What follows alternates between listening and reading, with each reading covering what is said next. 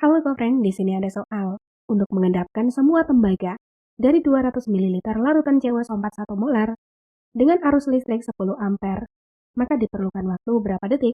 Untuk mengerjakan soal ini, kita menggunakan konsep dari sel elektrolisis, yaitu sel elektrokimia, di mana energi listrik digunakan untuk menjalankan reaksi redoks yang tidak spontan.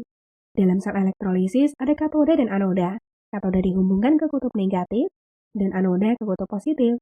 Di katoda terjadi reaksi reduksi dan di anoda terjadi reaksi oksidasi. Kemudian, bagaimana nih cara menentukan reaksi di keduanya? Ada beberapa aturan yang perlu kita bahas kembali. Yang pertama di katoda. Terdapat dua aturan di sini. Yang pertama, ketika kita punya kation golongan 1A, 2A, Al maupun Mn. Ketika fasenya larutan, maka yang tereduksi adalah H2O. Ketika fasenya leburan, maka kationnya yang tereduksi. Tapi ketika kita punya kation lain, maka baik larutan ataupun leburan, kationnya yang akan tereduksi. Sedangkan pada anoda, kita lihat yang pertama prioritasnya adalah elektroda. Ketika elektrodanya inert, yaitu PtAuC, maka kita lihat anionnya. Ketika anionnya adalah sisa asam oksi, maka tidak teroksidasi, sehingga H2O yang teroksidasi. Tapi ketika anionnya adalah larutan yang bersifat basa yaitu OH-, maka OH- ini bisa teroksidasi.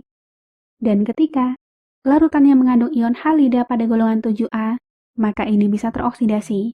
Sedangkan yang kedua, ketika kita punya elektroda non-inert, maka tentu yang akan teroksidasi adalah anodanya, yaitu elektroda yang dipakai di sini.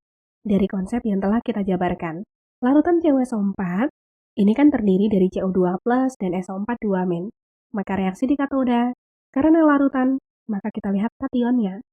CO2+ ini bisa tereduksi. Reaksinya adalah CO2+ plus 2 elektron menjadi CO. Kemudian di anoda, prioritas pertama kita lihat elektroda. Tidak diketahui elektrodanya.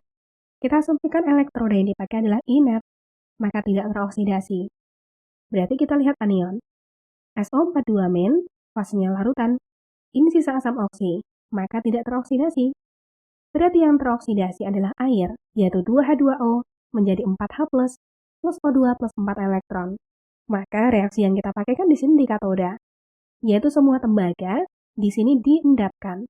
Maka kita cari dulu nih, mol Cu yang diendapkan itu berapa? Dari mana? Dari komposisi mol CuSO4. Mol CuSO4 itu kan 200 ml dikali 1 molar, yaitu 200 milimol. Atau kita ubah ke mol berarti dibagi 1000, yaitu 0,2 mol. Kita masukkan ke sini. Kemudian kita cari mol CO2 plus dengan perbandingan koefisien. Di sini sama-sama 1 koefisiennya, maka molnya pun 0,2 mol.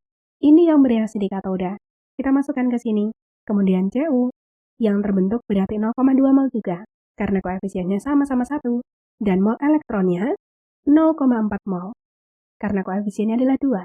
Dari sini kita bisa langsung mencari waktunya dengan menggunakan mol elektron, atau menggunakan massa Cu dengan konsep hukum Faraday pertama. Rumus mol elektron adalah arus listrik dikali waktu dalam detik per 96.500. Kita masukkan datanya.